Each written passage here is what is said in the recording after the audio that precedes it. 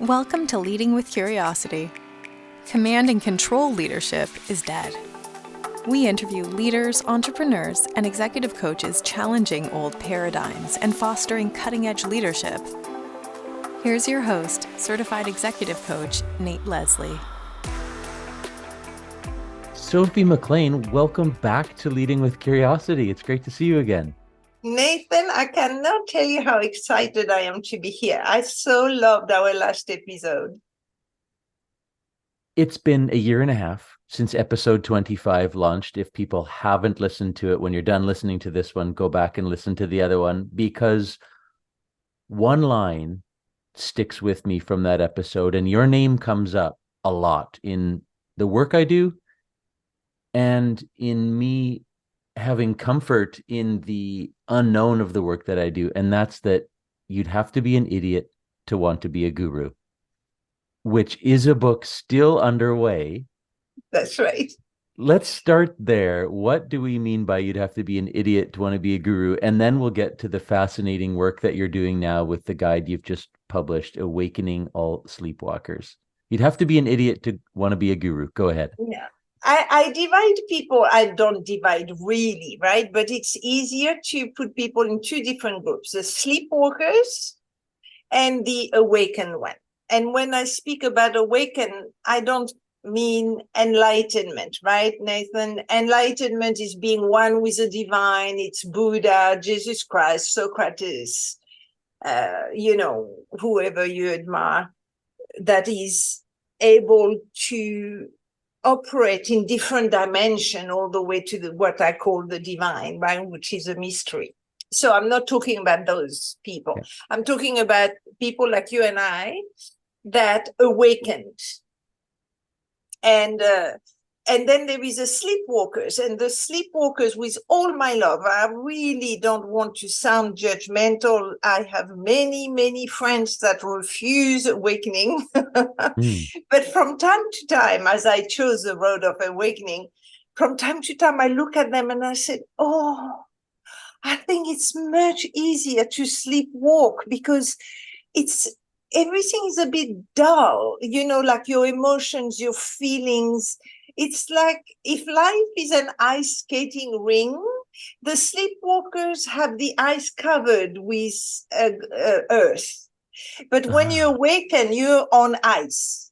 So that means the smallest pebble will just get you to fly and crash, right? But if your ice skating ring is covered in earth, then it's okay. You can do all sorts of things, somersault, and you won't hurt yourself that much. So that's why I say, okay, are you sure you want to choose a spiritual road? Because everything is intense. Everything is multiplied by a million. You need to be responsible all the time, everywhere, with everybody. You have to be the originator. And sometimes you think, oh, it will be so good to be a victim again. But really, the truth is not really. Fascinating. So the way that it has impacted my life in the work that I do with leaders in industries that I might be unfamiliar with is this idea that to be curious with those leaders and help them think through where they're at and where they're going, and be really open-minded and hold them capable, as coaches do, of being able to get there, versus coming to this work thinking that I have all the answers for them, which is the opposite of what a coach does. The pressure and anxiety I feel when I put expectations on myself that I need this, that I have this magic wand I can wave at my clients and just tell, like, the complexity of their work requires this open-mindedness, and that's what I'm there to help them explore. So it's that's the practicality of the work that you did. And I warned listeners and warned myself the last time we talked that some of what we talked about would really challenge my learning and thinking. I'm so honored. I think at the start of what you were saying, you put me in the camp of being on the awakened side, which is an honor. The moment you ask yourself question, I was trained as a philosopher, right? And everybody, when I say I'm a philosopher, everybody's like a little bit intimidated. But in fact, the moment you ask yourself question and you are curious, right? This is the name of your podcast. Yeah. The moment you ask yourself question, you are a philosopher. Oh, It's all interesting. about the Okay. questions, not the Yeah. answers. Yeah. Yeah. Yeah. You've had a fascinating life living around the world. When we talked last, you had just arrived on a small island off the coast of Spain, which is where you are now. Tell the listeners just a little bit about how you've arrived after over 3 decades of this work to this moment, exploring what we're about to explore in your recent guide. It's I have lived in very big cities, right? London, Washington, D.C., Los Angeles, New York, for the past 30 years, 35 years. And suddenly, about 2 years ago, I had another epiphany, if you want, or breakthrough, if the word is easier, right? But and it's not intellectual, it was an experience, which is what makes a difference. You know, we can all understand intellectually everything, but it won't make a difference until you experience it personally. But I experienced the flow of creation, meaning I didn't need to only output my energy. I could call forth people to me now. I could call my students to me. And the moment that direction of energy balance itself out, I could get back as much as I put in, then I could choose where I could live, because people do find me now. I don't need to be in the hub and the noise so that's one of the main reasons I chose. I love the Mediterranean Sea.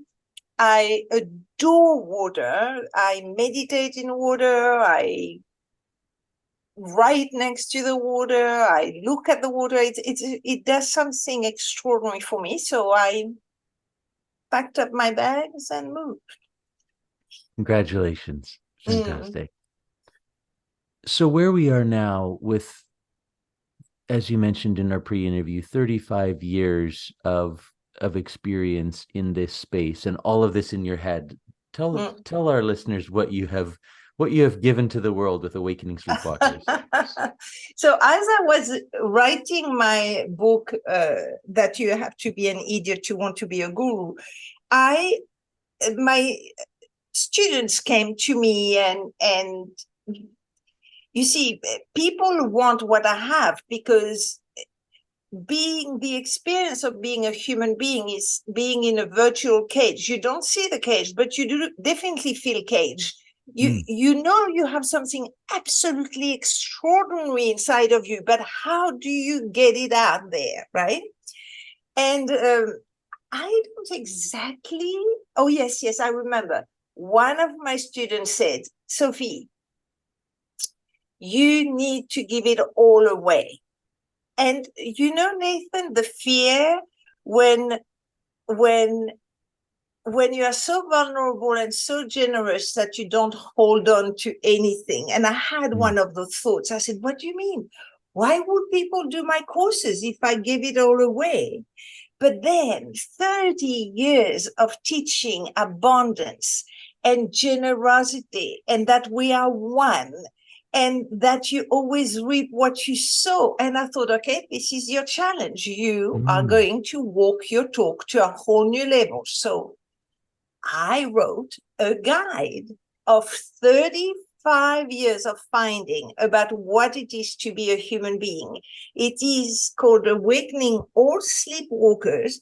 I have withheld nothing. It is written in bullet points with drawings and explanations, and there is templates, and you can take a pen, do it with a friend or by yourself, and you can actually understand how you created your cage. And I did it, and it's really great. I feel really good about it. I would argue's not the right word. I would profess that those students that you were worried you might just be giving it all away, you're actually probably also just scratching the surface and deepening an understanding and a commitment to wanting to go even in further in the work that you do with students. That this is Yeah. this is an Yes. entry point into seeing what's just outside of our own cage, and increase our desire to want to go there. It's Indeed. fascinating. Go ahead. Yeah, go ahead. It's just that, if writing a book was enough, we will all be transformed by now and Yeah, awaken, right? Because it yeah. started with Socrates or before him. And you can read, there is everything available for you to read and study. But there is this magic of interaction. When someone is trying to be a mirror for you, I think that's what you must find with your clients, right? Yes. If you can just be someone with no opinion, no judgment, no interpretation, and just have the generosity of being a mirror for somebody, then that's where the magic happens It's in conversations. Yeah, yeah. That language is highly aligned with the coaching space. And even that you use the cage as your metaphor, when I share my origin story, how I got into the work that I do, I describe being a professional hockey player sitting on the bench in the middle of the game, totally out of my control, the amount of playing time I was getting from this particular coach. And I whispered out loud to myself, I feel like a caged bird, and I must have more to offer the world than this.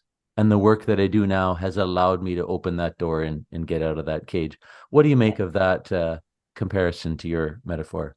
I have a question for you, if I may. I know you're the one interviewing me, but it's so fascinating what you say, because this is something I've been asking myself for 30 years and I've never found the answer. What is it that has you and I take the plunge and take a risk, saying, no, there must be more, and I'm going whatever the cost, right? I'm going to find out whatever the risk. And why do some people don't do that? What is the Yeah. thing that makes a difference? Is it courage? Is it being used to taking risk? Is it, I don't know what have people say, no, I'm going for awakening.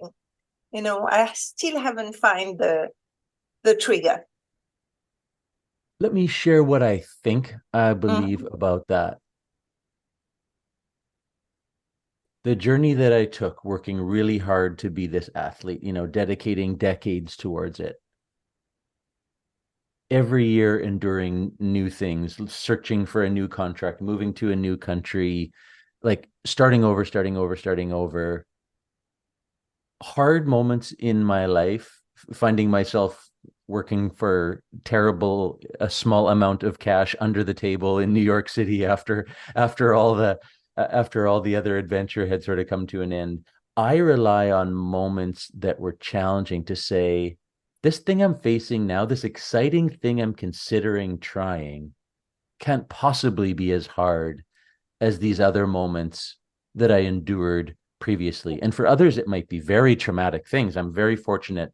Most of what I'm talking about was not deeply traumatic compared to what many people do go through, yet still they're the anchor points that give me maybe the courage or the pragmatic view that this isn't as hard as that. And what's the worst Yes. that can happen? I Yeah, can go get a job somewhere. yeah, So I might try it. that's very good. Yeah. What do you make That's of that? very good. If I look at me, it was reaching the pit of despair after my husband's death that had me, Mm, once you're at the bottom of the pit, well, there is only one way, it's up, right? And yeah. so maybe, Nathan, this pain, this hardship is actually the opportunity, if you're conscious enough and aware enough, to take a risk, right? I think Because so. anything can be better.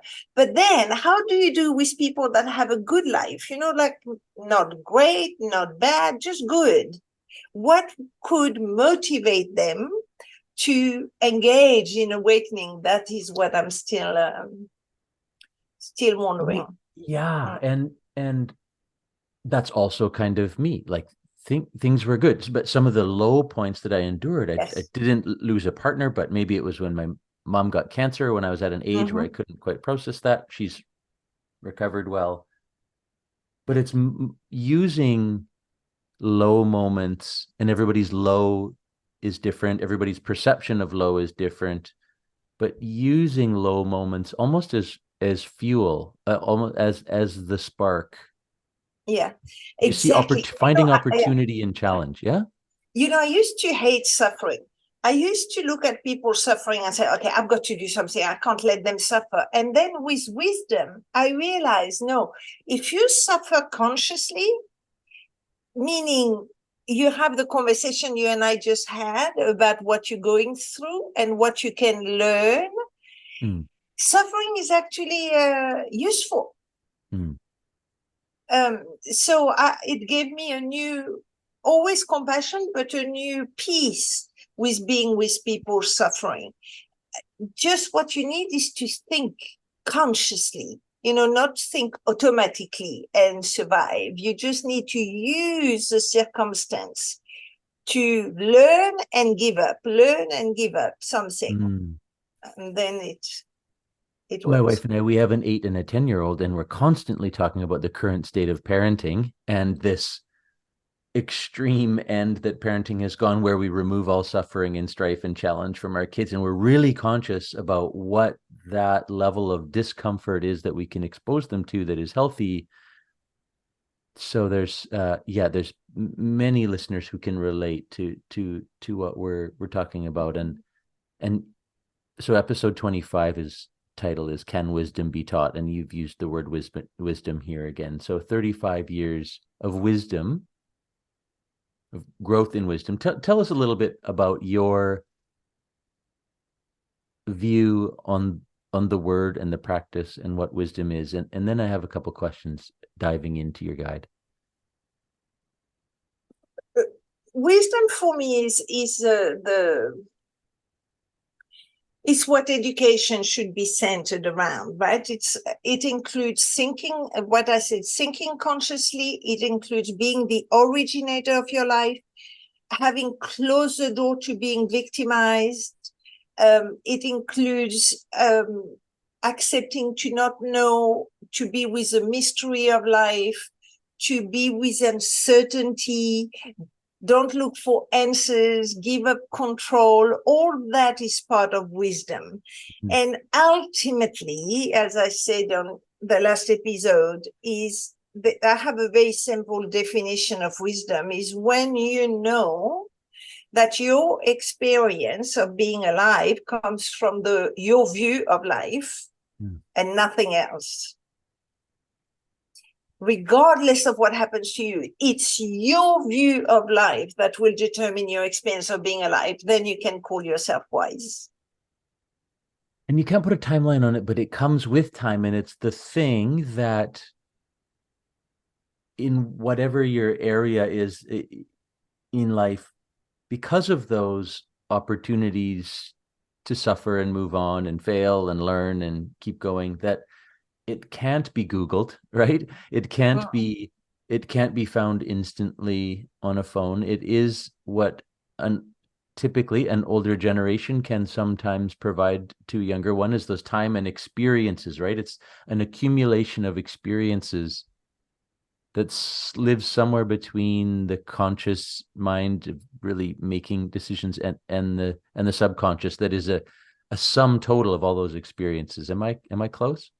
Yeah, I think life is an experience. So that's what, if I had to describe life, I say, okay, it's all about an experience. Whatever experience it is, experience it. So the broader your experience, from despair to joy, the bigger your aliveness, right? And then, so an experience is, I think there is a word in English, some people use it, says, I get it, I get it. You know that expression, right? That's the experience, is that it's difficult to understand, but something shifted, your cells got realigned and rearranged, and you got it. It's like when you get on the bicycle, you get on, you fall, you get on, you fall, and suddenly you get balance, and you never forgot about it, right? You cannot ride a bicycle for 20 years, but when you get back on the bike, it works. You got it. It's in right? you. Yeah. So all of life is an experience. And the broader your experience, the richer your life. And I think I'm looking at my elders, people that are older than me, and I listen to their stories of their experience. And I remember being younger and saying, they always tell stories. They always tell their stories. But there is wisdom in their stories. You see, we used to be storytellers way before we started to write anything, right? There is a magic in stories. So if you have people in your life that tell stories, listen, there is always wisdom in it. So storytelling is very powerful. I wrote down the word beside me here, choice. And in the intro to your guide, you talk about how so much has changed in the world over time, sort of accept the human condition. And humans are capable of, you list all these wonderful things that we're capable of, and you list all of these horrible things that we're capable of. So this idea of awakening and transitioning from the sleepwalking group to the awakening group, I feel like we have a lot of control over this, even though the victim mentality is that we don't have control, but we have choices to make that can influence this. What do you make of my observations there? Well, Einstein said it before us, right, Nathan? He said our technology have surpassed our humanity. And that is dangerous, right? Einstein, what year was that? I mean, it was a long time ago. So I did my thesis in philosophy on Homer, the Iliad and Odyssey. That's 8th century before Christ. The way he speaks about human being, Nathan, is exactly the way I could speak about human being today. Yeah.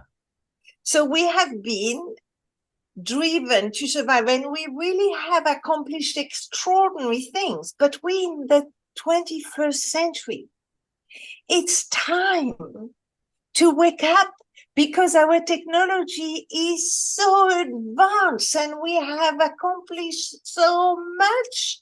If we go on being separate and hating each other and using violence and conflict and wars, it's not going to go well. It's time. It's time to learn about love and generosity and altruism and co-creating and intuition. You know, that this is fun to be at this time. It's really an extraordinary time to be alive if you are willing to wake up. If you don't, then it's terrible. What is a common theme you see that is standing in the way of this awakening for people that you interact with? Denial and apathy. So the main question one needs to answer for oneself, and I think I put it in the guide, is, so we're capable of the best and the worst, and that has been the pattern for as far back as we can remember. Here's a question one needs to answer for oneself. Are we doomed to repeat that pattern over and over and over again, or is something else possible? And the people that say yes, engage in awakening and being the source of their life, and they go on the spiritual road, and it's, the road, and the one that said, no, nothing can change. We are capable of the best and the worst, and I've got to take care of myself. This apathy and this denial, this cynicism, this resignation is what maintains the statu quo. Here's a question you ask in the guide. Could the source of human despair simply be a persistent confusion about the nature of beings? Tell me about the nature of beings. Well, based on my experience, it seems, Nathan, that we incarnate, and very soon after our incarnation, within a year, maybe 2, but between 1 and 2 years old, you forget who you really are. Fear arises and you start to protect yourself. At that age, I mean, with my student, I go back, even if they don't remember, we go back and they eventually remember. the very moment when they fell into survival. And the moment you do that, you forget who you really are. And you become a sleepwalker, right? You identify with something that is not who you are. So it's an absurd life of thinking you are who you are not. And So it's not only absurd, but it's painful and you suffer a lot. denial, apathy, and then you said survival. So is there something about protecting ourselves? Yeah. You know, when you are faced with a danger, like if I put you in front of a butterfly, there is no danger. Right. So you're going to be able to look at the color of the movement of the wing. You're going to be present and enjoy the exquisite beauty of the butterfly. But if I remove the butterfly and put a rhinoceros, forget about the beauty of the beast. You are going to get into survival, and you should, right? You're either going to attack, which I don't recommend, a rhinoceros. You're going to run away, or unfortunately, you're going to freeze and probably not make it. So survival is a reaction to a perceived danger. For human beings, there are some situation where you are really in danger, right? If somebody comes at you with a knife to your throat or a gun to your head, please survive, attack, run, do something, right? But it's rare for most of us. It happens, of course, but for the people listening to that podcast, hopefully you didn't have a gun pointed at you recently, right? So what are we surviving then? We're surviving an imagined danger. And that's the illusion the Buddhists speak about. We think we are in danger and we're not. And that's the absurdity of the situation. You know, I worked with the Dalai Lama. He loves all the time, and that's what he loves at. He loves and loves and loves at the survival reactivity of human being when there is no threat, but we think there is. He laughs a lot, did you say? Oh, yeah.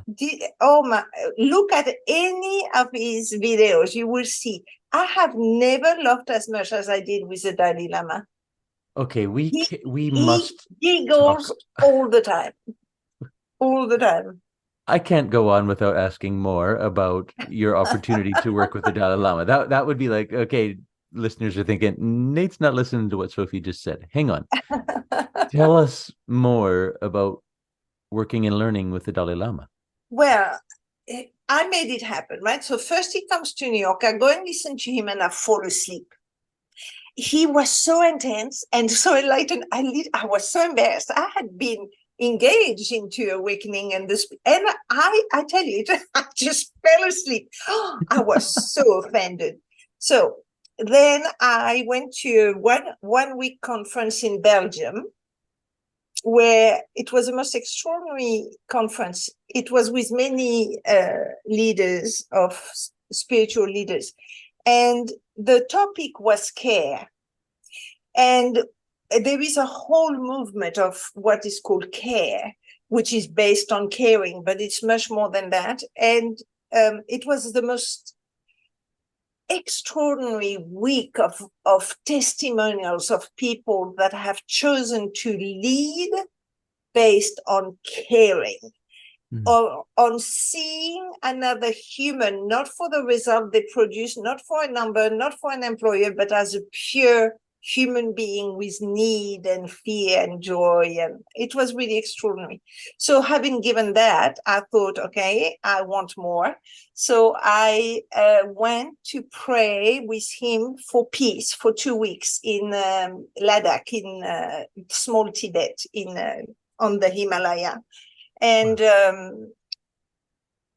we prayed for peace, and his simplicity, depth, and love is, humbling. Wow. Yeah. Wow.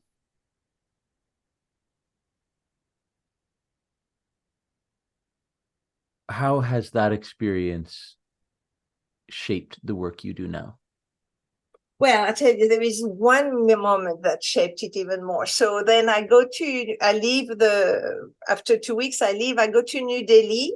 And do you remember it was 8 years ago, there was a volcano that exploded in Iceland or somewhere. So anyway, the planes couldn't fly. So I'm stuck in New Delhi, right? And I happened to be stuck in the same hotel than the Dalai Lama. So, which I didn't know, right? I didn't know. So I'm in the lobby and suddenly the elevator doors open and who comes out is the Dalai Lama, right? So, and then there is, I don't know, 15 or 20 people that run to bow and revere him and greet him and all that. So I thought, okay, I just got 2 weeks, right? I'm not going to be greedy. So I went on some steps and I was higher than the people, so I could look at him from a higher point. And he left the lobby, and on the way out, Nathan, he suddenly stopped, turned towards me with an extraordinary intentionality, and our eyes locked. I don't know how long it lasted because time disappeared. Everybody disappeared. Everything disappeared. So I don't know if it was a few seconds or a few minutes. I don't know. But that interaction in that silence altered my entire life. And I cannot explain it. I think it was the closest I can use is a recognition of something that I cannot put words to, but he knew, and he knew, I knew, and I knew, he knew, and all that in silence. And I got that experience of the power and divinity of silence in that interaction.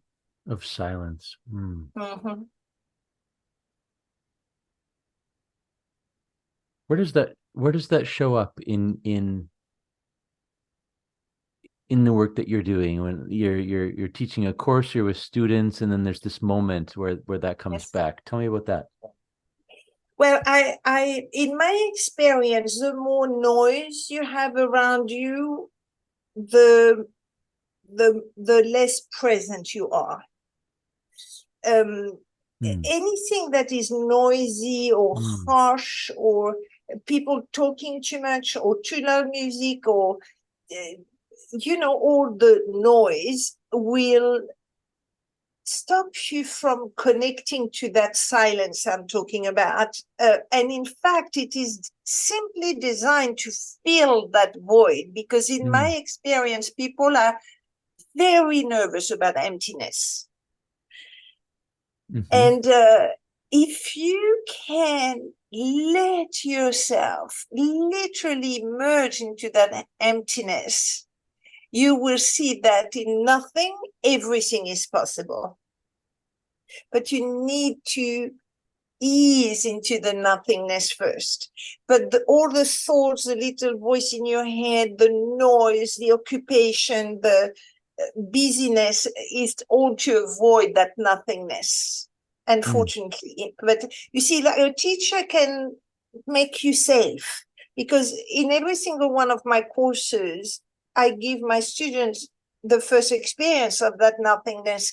And then once you get a test, then you find, say, oh, I was so scared of it, but it's actually okay. It's like that cage we've built around ourselves. The teacher helps you open the door and take a step out and realize that that danger is sometimes perceived, that we said earlier. I loved what you said about imagined danger. Yeah. Sophie, to bring this to a close, while I would like to talk for hours, we won't. What have you given the world by publishing the guide Awakening All Sleepwalkers? I have given everything I have, Nathan. Mm. So I get a bit moved. As I said, it always surprises me how much we want to hold on to things. And I'm clear that I own nothing. So I don't know if I gave anything. I just wrote anything that was given to me. The giving away of everything I have learned has given me a new level of humbleness, and I am actually grateful for it, more than expect people to be grateful for what I wrote. Well, if you own nothing and it's given you humbleness, I'm going to promote you for you. You don't have to do it. Listeners, you can find Sophie McLean's new guide, Awakening All Sleepwalkers, an essential guide to expand awareness and bring forth a new culture for humankind, on her website, sophiemclean.com/books, on Amazon. A quick Google search of any of that, you'll find it. Sophie, it's been an honor to speak with you again, and I am wiser for having spent this time with you. Thank you. Oh, Nathan, thank you so much. And, I just want to say I have my main course starting at the end of October. So I would love you to be my guest if you wish to on that course. I would love to have you. So don't hesitate. If you are interested, go and check my website, and it will be my personal invitation to you to thank you for your podcast and your leadership. Yeah. Thank you, Sophie. Yeah, just send me an email, and everybody else listening, check out this course. It's only 10 weeks and it's fantastic. Okay. Thank you, Sophie. All right, my friend. Thank you so much for having me. Thanks for listening to Leading with Curiosity. Please share, follow, and rate the show so that other leaders can make positive change in the world. Connect with Nate at nateleslie.ca. And remember, the brain behaves very differently when encouraged to think rather than told to listen.